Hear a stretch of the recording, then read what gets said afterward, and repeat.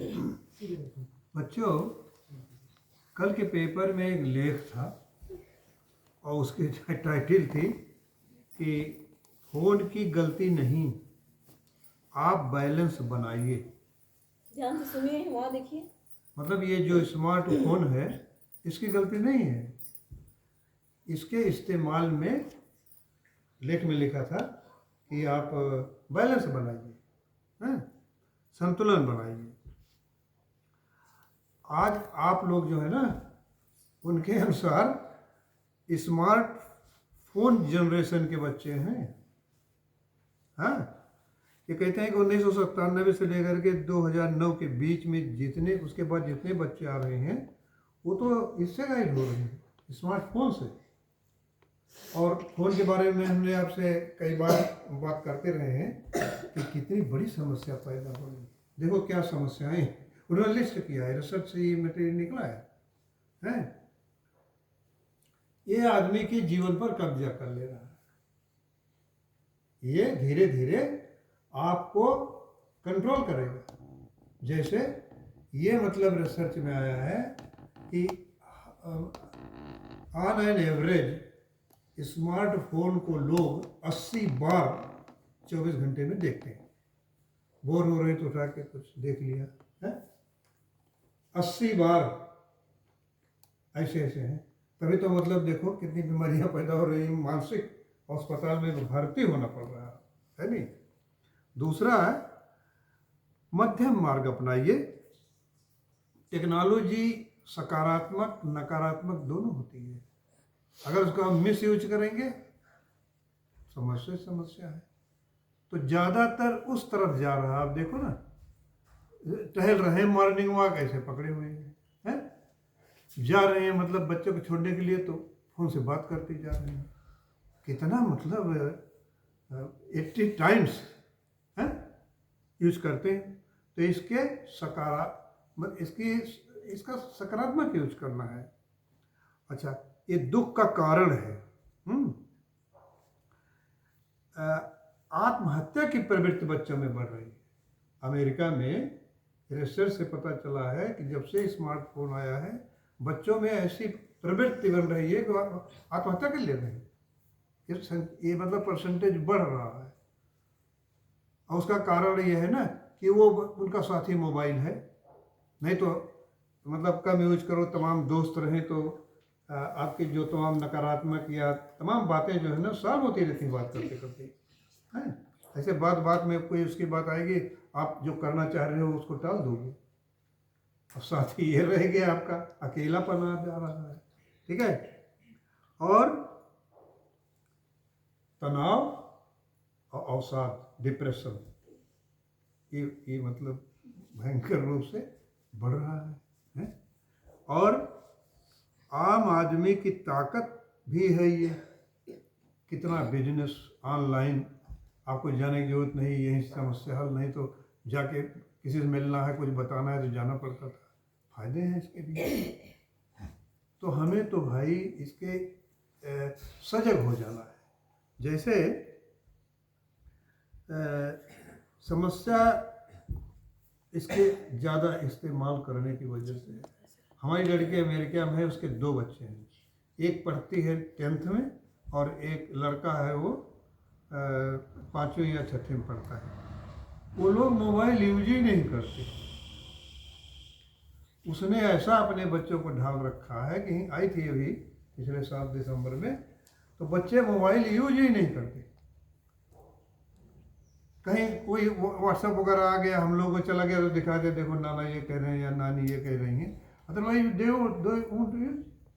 अगर यूज करते हैं तो जो उसमें उनको सीखने की चीज़ें हैं वो यूज करते हैं।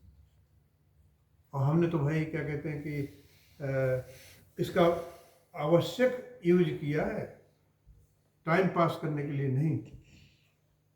लेकिन अब बुढ़ापे में क्या है ना, अकेलेपन की वजह से जब बोर होते हैं तो देख लेते हैं कि किसी का व्हाट्सएप आया कि नहीं आया है, वो भी मतलब कुछ सेकंड के लिए। अदरवाइज फोन में अनुशासन बरतना ही बरतना है।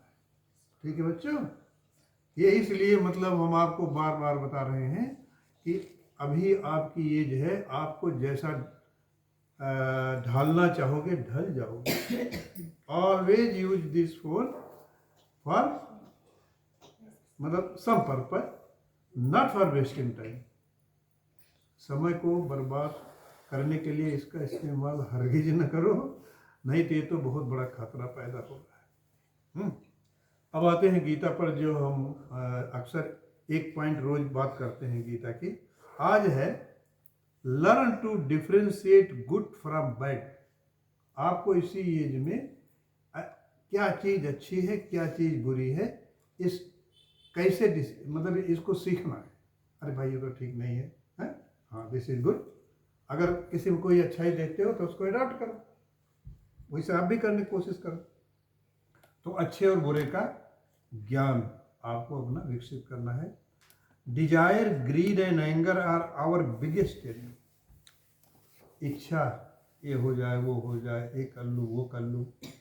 दूसरा ग्रीड, लालच है। लालच तो समझिए कि कोई चीज़ देखा आप ललचिया रहे हो, किस तरीके से हमारे पास भी ऐसा हो जाए। और दूसरा एंगर, गुस्सा, ये सारे एनर्जी के रूप हैं। इनका मतलब पॉजिटिव यूज करो। तो ये समझने की बात है बेटा। Follow God's teachings and learn what you should and should not do and how to always make the right choice. Gita जो है ना, सही रास्ता ढूंढने का मार्ग मतलब बताती है, तरीका बताती है।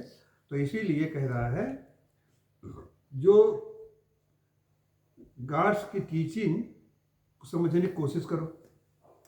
हमारे गुरुजी ने बताया कि जो काम आपके पास स्वतः आते हैं वो भगवान के भेजे हुए होते हैं। कर सकें तो करना चाहिए, मजबूरी की बात और है, हाँ? स्वतः जो आता है काम, न कि अपनी इच्छा से। बहुत आसान तरीका है ये जानने का। अरे ये तो ऐसा आया, उन्होंने ये कह रहे हैं ये कह रहे हैं। जैसे अभी शर्मा जी आ रहे थे तो हमसे कहे, इनके एक कोई मतलब रिश्तेदार हैं, उन्होंने कहा आप आ जाओ दिल्ली, यहीं रह करके इलाज कराओ और ये करो।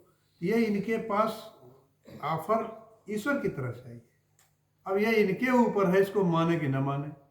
अगर कोई मजबूरी है, भाई यहाँ आप क्या काम कर रहे हो, दवाई के लिए दिल्ली जाते ही हो हैं, और आपका खास इलाज दिल्ली से चल रहा है, तब ये तो इनके ऊपर है कि ये जाए कि न जाए।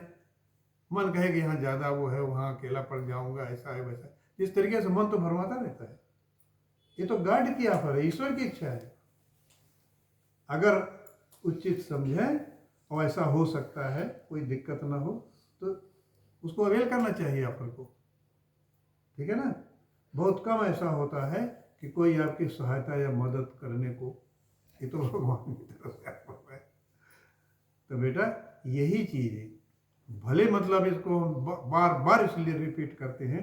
हमारे गुरुजी जो थे ना, वो ये बताते थे कि सारी तकलीफ राम नाम की कमी की वजह से है। वो जीवन में जोड़ो, और जीवन में जोड़ने के लिए वो 8-8 घंटे को मतलब भगवान की याद करने की साधना बताते थे। आश्चर्य की बात है कि हम उनके साथ 20 साल तक थे। वो जहाँ जाते थे वही 3 लेक्चर देते थे कि राम नाम कैसे जीवन में जोड़ें, और वो भी समय, खाली समय यूज करके। जैसे आप सो रहे हो, टाइम खाली है? आप मेरे लेक्चर से 6 घंटे आपको राम नाम जोड़ने की प्रैक्टिस हो रही है। भोजन कर रहे हैं तो वो भी तो खाली समय है, अपने भगवान की याद में खा रहे हैं।